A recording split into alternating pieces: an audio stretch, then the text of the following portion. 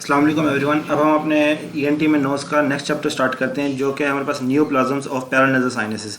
इसमें दो तरह की क्लासिफिकेशन है, जैसे बाकी होते हैं benign neoplasms and malignant neoplasms.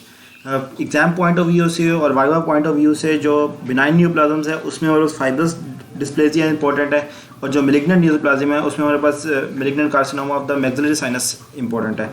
तो स्टार्ट करते हैं बिनाइन नियोप्लाज्म से। सबसे पहले आते हैं ओस्टियोमास। ओस्टियोमास बेसिकली क्या होता है कि ये ट्यूमरस ग्रोथ ऑफ बोन होती है। मतलब एक सिंपल सपोज करें फ्रंटल बोन है, उसके ऊपर एक और बोन की ग्रोथ कर जाएगी, और वो ग्रोथ जो आएगी फ्रंटल बोन के ऊपर वो आमतौर पे इन्वेट करती है या फिर प्रेशर डालती है मैक्सिलरी साइनस के ऊपर। तो ये मोस्ट कॉमन ट्यूमर्स होते हैं मैक्सिलरी साइनस रिलेटेड। ये ज़्यादातर एसिम्प्टोमेटिक रहते हैं, लेकिन सिम्टम्स तब आएंगे जब ऑब्स्ट्रक्शन वगैरह क्रिएट करेंगे, तो फिर इसको ट्रीटमेंट में हम सर्जिकली रिमूव कर सकते हैं। फाइब्रस डिस्प्लेसिया, देखिए नाम से ही पता लग रहा है इसमें फाइबर्स बनेंगे, और डिस्प्लेसिया ये है कि बोन जो है वो रिप्लेस हो जाएगी बाय द फाइब्रस टिश्यू। ये आमतौर पे मैक्सिलरी साइनस में कॉमन होता है और समटाइम्स एथमॉइड फ्रंटल साइनस में कॉमन होता है। अब इसमें होगा क्या, जब बोन रिप्लेस हो जाएगी फाइब्रस टिश्यू से, तो आपको पता है बोन्स जो है वो स्केलेटल फ्रेमवर्क बनाती है। इस तरह फेस की एक शेप जो है वो भी बोन्स मेंटेन करती है। तो जब वो बोन्स ही फाइब्रस टिश्यू से रिप्लेस हो जाएंगी तो फेस की डिसफिगरमेंट हो जाएगी, और पेशेंट की जो कंप्लेन आएगी वो डिसफिगरमेंट ऑफ फेस के साथ आएगी। तो ट्रीटमेंट जो है वो सर्जिकल, आप बोन्स को करेक्ट करते हैं और आपके फाइब्रस टिश्यू को रिमूव करते हैं ताकि कॉस्मेटिक इफेक्ट उसका ठीक आ सके। ये आपको मैं डायग्राम दिखाता हूँ। ये एक 13 ईयर ओल्ड की बच्ची है। इसमें आप ये देखें कि जो इसकी मैक्सिलरी बोन है ये रिप्लेस होगी, तो यहाँ पे देखें एबनॉर्मल सी स्वेलिंग सी है। ये सॉफ्ट टिश्यू की मतलब फाइब्रस टिश्यू की स्वेलिंग है, और ये आपके पास ये आउटर साइड ऑफ फेस है, और ये आपके पास इंट्रालेबियल साइड से दिखाया हुआ है कि देखिए यहाँ पे बोन जो है वो प्रोमिनेंट नहीं है, यहाँ पे सिर्फ फाइब्रस टिश्यू है। थर्ड हमारे पास आता है ओसिफाइंग फाइब्रोमा। नाम से पता लग रहा है ओसिफिकेशन होगी और फाइब्रोमा।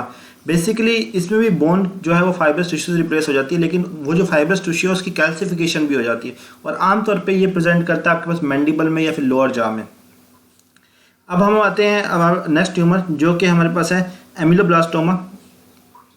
ये है ओडेंटोजेनिक टिश्यू से राइज करता है ट्यूमर। ओडेंटोजेनिक टिश्यू ऐसे टिश्यू होते हैं जिनसे टीथ वगैरह बनते हैं। तो ये बेसिकली ट्यूमर जो है ये आपके पास ओरल कैविटी में इन्वेट करता है, या फिर ऊपर की तरफ जाता है तो मैक्सिलरी साइनस को इन्वेट करता है।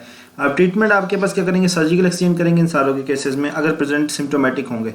और बाकी जो पैपिलोमाज हैं वो आपके पास हमारे पास नोज से रिलेटेड ज़्यादा इंपॉर्टेंट है। इन्वर्टेड पैपिलोमा, जिसमें आपके पास जो स्टोमा है उसमें ग्रोथ हो रही होती है। मेनिंजिस का कार्सिनोमा हो गया, ब्लड वेसल्स का कार्सिनोमा हो गया, ये हम सारे पढ़ चुके हैं। मैलिग्नेंट न्यूप्लाज्म्स में आपके पास इंसिडेंस वो बताया हुआ है कि आपके पास मुख्तलिफ कंट्रीज़ में डिफरेंट है। जो पॉजिटिव फैक्टर्स हैं वो ज़्यादातर अननोन है, लेकिन यहाँ पे जेनेटिक प्रीडिस्पोजिशन भी होती है, और उससे ज़्यादा पर्सनस के वर्किंग या ऑक्यूपेशन इन्वायरमेंट। जो फर्नीचर्स वाले हैं उसमें एथमॉइड्स का या फिर नेजल कैविटी का जो कैंसर ज़्यादा कॉमन है, या फिर ऐसे वर्कर्स जिनके डेली लाइफ में एक्सपोजर होता है निकल या क्रोमियम से, उसमें मैक्सिलरी साइनस का ट्यूमर होने की चांसेस ज़्यादा हैं। तो ये एमसीक्यू से रिलेटेड इंपॉर्टेंट बात है। आपके पास ये जो डायग्राम है इसमें फ्रंटो एथमॉइड ओस्टियोमा दिखाया हुआ है, जो यहाँ पे भी है। ओस्टियोमा में आपको बताया था बोन की एक्स्ट्रा ग्रोथ होगी। अब कार्सिनोमा मैक्सिलरी साइनस जो इंपॉर्टेंट चैप्टर का टॉपिक है उसकी तरफ आते हैं। अब वो कहता है ये अराइज करता है ये लाइनिंग से, जो म्यूकोसा लाइनिंग है उससे अराइज करेगा, साइनसाइटिस के साथ इनिशियली प्रेजेंट होगा, बाद में ये इन्वेट करता है बोन वगैरह को सेपरेट होता है। क्लिनिकल फीचर्स अर्ली साइंस में हमारे पास क्या होंगे, डेफिनेटली अगर वो आपके पास नेजल ऑब्स्ट्रक्शन वगैरह करेगा, ब्लड स्टेन आएगा हमारे पास, अगर नर्व इन्वॉल्व कर रहा है तो फेशियल पैरासीजर वगैरह हो जाएगा। लेट फीचर्स डिपेंड करते हैं कि वो जो कैंसर है वो किस साइड पे आपके पास मेटास्टाइज कर गया। अगर वो मीडियल साइड पे मेटास्टाइज कर गया तो वो नोज में चला जाएगा, वहाँ पे वो नेजल ऑब्स्ट्रक्शन और एपिस्टेक्सिस वगैरह कर सकता है। ऊपर एथमॉइड साइनस में गया तो वहाँ पे उसकी ऑब्स्ट्रक्शन वगैरह करेगा। अगर एंटीरियर साइड पे मतलब स्किन वाली साइड पे जाएगा तो वहाँ पे स्वेलिंग और पेन और फेशियल स्किन रेडनेस के साथ आएगा पेशेंट, और स्वेलिंग सबसे कॉमन फीचर होगा। अगर हमारे पास इन्फीरियर साइड पे गया तो डेफिनेटली टीथ वगैरह होते हैं, वहाँ पे एलोनस प्रोसेस है, उनकी स्वेलिंग हो जाएगी और लूजनिंग ऑफ टीथ हो जाएगा, और उसकी डिसअलाइनमेंट भी हो सकती है। सुपीरियर स्प्रेड में आपके पास ऑर्बिट को इन्वॉल्व कर सकता है, ऑर्बिट को बाहर की तरफ ये प्रेशर पुट करेगा तो प्रोप्टोसिस हो सकता है, डिफिकल्टी एंड पेन हो सकता है, डिफिकल्टी इन आई मूवमेंट हो सकता है। और एपीफोरा होता है कि हमारे पास एक्सेसिव टेयरिंग जो होती है, ज़्यादा ज़रूरत से ज़्यादा बगैर वजह के आंसू आएंगे तो उसे एपीफोरा बोलते हैं। पोस्टीरियर स्प्रेड में अगर हम बात करें तो पोस्टीरियर स्प्रेड में आपके पास टेरिको मैक्सिलरी फोसा है, वहाँ पे चला जाएगा, आपके पास नेज़ोफेरिंक्स में स्फिनाइड साइनस को भी इन्वॉल्व कर सकता है। अगर ये आपके पास नेज से होता हुआ या फिर क्रीबोम प्लेट से होता हुआ, एथमॉइड से होता हुआ, इंट्राक्रेनियल भी जा सकता है, लेकिन ये लेस कॉमन है। लिम्फेटिक स्प्रेड भी तभी इन्वॉल्व होगी जब ये ट्यूमर बहुत ज़्यादा मेटास्टाइज कर जाएगा। अब क्योंकि अगर स्क्वेमस सेल कार्सिनोमा हुआ तो आपके पास याद रखिएगा स्क्वेमस सेल कार्सिनोमा का जो हिस्टोलॉजिकल जो सबसे फेमस पॉइंट है वो है केराटिन पल्स। यहाँ पे ये देखें केराटिन पल्स होंगे, जबकि एडिनोकार्सिनोमा में ग्लैंडुलर चेंजेस आती हैं। डायग्नोसिस आप अगेन आप रेडियोग्राफ्स करवाएंगे, एक्सरेज करवाएंगे, सीटी करवाएंगे और ट्यूमर की आप बायोप्सी वगैरह करवाएंगे। एग्जाम पॉइंट ऑफ व्यू से आमतौर पर इसकी क्लासिफिकेशन एमसीक्यूज में पूछी जा सकती है, या फिर शॉर्ट एक एससीक्यूज वगैरह आ सकता है कि क्लासिफिकेशन बता दें कि आप मैक्सिलरी ट्यूमर की किस तरह कर सकते हैं। तो 3 तरह से क्लासिफिकेशन है। एक है ऑनगरेंस क्लासिफिकेशन, ये डायग्राम में देखें एक लाइन ड्रा की जाती है, इमेजिनरी लाइन, जो मीडियल कैंथस से लेके एंगल ऑफ मैंडिबल को क्रॉस करती है। इसके ऊपर जितना भी ट्यूमर सेपरेट किया जाता है वो सुपर स्ट्रक्चर्स इन्वॉल्व करते हैं, और जो नीचे होता है वो इंफ्रास्ट्रक्चर्स इन्वॉल्व करते हैं। जो सुपर स्ट्रक्चर्स के ट्रीटमेंट की प्रोग्नोसिस है वो पुअर है, क्योंकि ये बेसिकली आपके ब्रेन तक जा सकते हैं, और जो इंफ्रास्ट्रक्चर है वो कंपेरेटिवली गुड प्रोग्नोसिस में आता है। फिर हमारे पास आता है अमेरिकन जॉइंट कमेटी कैंसर का आपके पास क्लासिफिकेशन।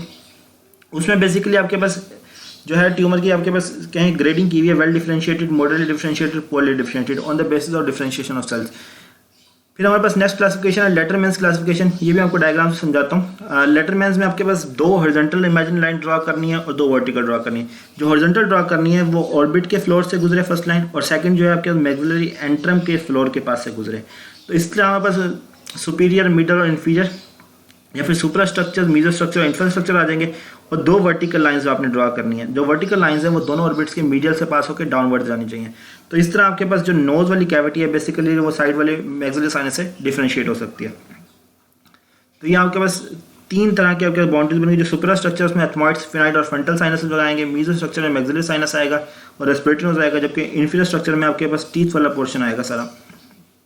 अभी आपके पास हो गया तो ट्रीट कैसे करेंगे? तो सबसे पहले आप सर्जिकल आप ट्रीट करते हैं। सर्जिकल से पहले अगर ट्यूमर ज़्यादा इन्वेड नहीं किया हुआ तो सबसे पहले प्री सर्जिकल रेडियोथेरेपी वगैरह देते हैं। अभी अगेन डिपेंड करता है कि स्टेजिंग कौन सी है और आपके पास टीएनएम क्लासिफिकेशन क्या है। एग्जाम पॉइंट ऑफ व्यू से एक आध दफ़ा ये क्वेश्चन आया हुआ है पास्ट पेपर में कि टीएनएम क्लासिफिकेशन बता दें। तो टीएनएम से हम सबसे पहले देख लेते हैं T for stand for tumour, कि ट्यूमर जो है बेसिकली वो किस किस टिश्यू को इन्वेट करा है। अगर T1 होगा तो आपके पास सिंपली आपके पास साइनस की इन्फ्लेमेशन होगी। T2 में बेसिकली आपके बोन सारी इन्वॉल्व होगी और वो थोड़े से बोन से बाहर की तरफ जाएंगे। T3 जो है उसमें हमारे पास maxillary sinus, subcutaneous tissue, orbits तक जाएगा। T4 में आपके पास मोन इन्वेट करता करता ब्रेन तक बात जा सकती है। अभी ऊपर मोटा मोटा याद कर लें, बाकी डिटेल जो है वो आमतौर पर भूल जाती है बंदे को। फिर हम आ जाते हैं हमारे पास नोट्स, लिम्फ नोट्स की इन्वॉल्वमेंट। लिम्फ नोट्स की इन्वॉल्वमेंट आपने इस तरह याद रखना है, N0, N1, N2। आप सिंपल बेसिक याद रखें। N0 में यह है कि कोई लिम्फ नोड्स इन्वॉल्व नहीं है। N1 में यह है कि लिम्फ नोड इन्वॉल्व है लेकिन उसका साइज लेस देन 3 सेंटीमीटर होगा। N2 में जो साइज है उसका 3 सेंटीमीटर से ज़्यादा और 6 सेंटीमीटर तक होगा, 6 सेंटीमीटर से ज़्यादा नहीं होगा। और N3 जो है उसमें बेसिकली साइज 6 सेंटीमीटर से भी ज़्यादा होगा। और मेटास्टेसिस की क्लासिफिकेशन M की अगर हम बात करें तो इसमें हमारे पास MX है जिसमें आपके पास चेक ही नहीं हो सकता है। M0 यह है कि मेटास्टेसिस नहीं हुआ, M1 यह है कि मेटास्टेसिस हो गई है। इसके लिहाज से स्टेजिंग की गई है, 4 स्टेजेस हैं, स्टेज 1, स्टेज 2, स्टेज 3, स्टेज 4। जो इसमें ABC वगैरह है ना उस पर आपने थोड़ा ज़्यादा गौर नहीं करना, बस एक दफ़ा रीड कर लेना तो याद है। आपने बेसिकली इसकी मेजर क्लासिफिकेशन करनी है, स्टेज 1, स्टेज 2, स्टेज 3, स्टेज 4। जिस तरह ये स्टेजेस हैं इस तरह ही आपने ट्यूमर की classification T1, T2, T3, T4 है, और आपने इन दोनों के साथ N0, M0 लगाते जाना है। और लास्ट में जो स्टेज 4 है उसमें आपने जाना है T2, T3, T4 तक, और M को भी इस तरह ही बढ़ाना है, M0 से M1 की तरफ चल जाना है लास्ट में। बाकी जो क्लासिफिकेशन AGCC की से आप रीड कर लिएगा, एग्जाम पॉइंट ऑफ व्यू से लेस इंपॉर्टेंट है। इसमें ट्रीटमेंट क्या करेंगे आप? प्री ऑपरेटिव रेडियोथेरेपी करते हैं, कीमोथेरेपी करते हैं। अगर ठीक फ़र्क नहीं पड़ता तो आप इंट्राक्रेनियल या फिर एक्स्ट्राक्रेनियल जो है आप रिमूव कर देते हैं टिश्यू को जो आपके पास ग्रोथ कर रहा हो। अब यहाँ पे जो इंसिजन दी जाती है मीडियल मैक्सेक्टमी के लिए या फिर ऑन करने के लिए, इसको हम देखते हैं WF इंसिजन या फिर वेबर फर्गसन इंसिजन। इसमें देखें ये मिडल ऑफ लिप से लेके आपके पास नोज तक या क्लोमेला तक जाना है, फिर उसके बाद लेटरली या आपके पास एलर कार्टिलेज के अराउंड इस तरह के थोड़ा सा कर्व होगा, और स्ट्रेट जाने के बाद इंफ्रा ऑर्बिट तक ये पूरी यहाँ से ओपनिंग करते हैं ताकि मैक्सिलरी साइनस ओपन हो, जिसको क्लियर करते हैं। प्रोग्नोसिस जो है 5 साल के अंदर 45% प्रोग्नोसिस के चांसेस हैं, लेकिन ये बहुत ज़्यादा अच्छे भी नहीं है, फिर भी कुछ ना होने से बेहतर है।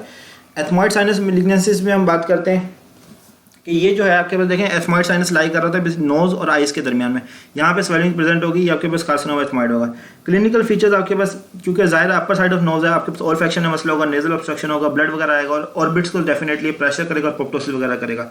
लेट फीचर्स में नेजल रूट तक जा सकता है, आपके पास स्फिनोइड साइनस को इन्वॉल्व कर सकता है और ब्रेन तक आपके पास मेनिंजाइटिस वगैरह कर सकता है। ट्रीटमेंट आपके पास से पहले डायग्नोसिस है, एक्सरेस करवाएं, सीटी करवाएं, वहाँ से पता लग जाएगा। ट्रीटमेंट में आपके पास अगर फेशियल बोन की भी है या फिर फ्रंटल बोन की भी है तो क्रेनियल फेशियल डिसेक्शन करवाएं, अगर हमारे पास ब्रेन तक गया है, नहीं तो एथमॉइडेक्टमी करवा देते हैं कंप्लीट। प्रोग्नोसिस की 5 ईयर में 30% है। फ्रंटल साइनस मेलिग्नेंसी की तरफ आते हैं तो हमारे पास ये कॉमनली हमारे पास एज ग्रुप होती है ओल्ड एज ग्रुप में 40 से 50 ईयर में। इसमें आपके पास फ्रंटल साइनस इन्वॉल्व होगा और उसमें बस ग्रोथ होगी, तो उसके पेशेंट प्रेजेंट कैसे करेगा, स्वेलिंग होगी फ्रंट फेस पे अगर वो एंटीरियर वॉल को कर रहा है, और वहाँ पे पेन होगी, और आई पे अगर प्रेशर डाला तो आई डाउनवर्ड और लेटरली मूव करेगी और उसे प्रोप्टोसिस होगा। पोस्टीरियर वॉल को इन्वॉल्व करेगा तो आपके पास इंट्राक्रैनियल सिम्टम्स आएंगे और वहाँ पे प्रेशर क्रिएट करेगा। आपके पास आप जो नर्व्स इन्वॉल्व है उन पे भी आपका प्रेशर पैरासीजर वगैरह हो सकता है। ट्रीटमेंट आप वही हमारे फ्रंटल साइनस के आपके पास रिसेक्शन कर सकते हैं, न्यूरोसर्जिकल अप्रोच, अगर आपके पास इंट्राक्रैनियल तक ट्यूमर सेपरेट कर गया आप वो करेंगे, या फिर हॉरिजॉन्टल कट देके ओपन करके ट्यूमर को ड्रेन करेंगे। स्फिनोइड साइनस मेलिग्नेंसी ज़्यादा डेंजरस है लेकिन ये रेयर है, इसको भी डायग्नोस आप एक्सरे सीटी से कर सकते हैं। देखें बाकी जो आपके मेलिग्नेंसीज है वो तो कोई फेस पे अपेयर हो जाएंगी, फ्रंटल भी, एथमॉइड भी, मैक्सिलरी भी। स्फिनोइड आमतौर पे फेस पे अपेयर नहीं होती, इसके लिए आपके पास एक्सरे सीटी लाजमी है या फिर बायोप्सी। ये होगी तो आपके पास अगर कंफर्म होगी तो स्फिनोइडेक्टमी करते हैं या फिर रेडियोथेरेपी देते हैं as initial treatment. I hope so आपको ये टॉपिक क्लियर हो गया होगा। इसमें कोई क्वेश्चन आप कमेंट सेक्शन में ज़रूर पूछें, और इस टॉपिक से रिलेटेड जो एग्जाम पॉइंट ऑफ व्यू से कोई क्वेश्चन है मैं वो कमेंट सेक्शन में पोस्ट कर दूंगा। अगर आपको ये टॉपिक समझ आया तो उसका जवाब जरूर दें। Thank you so much.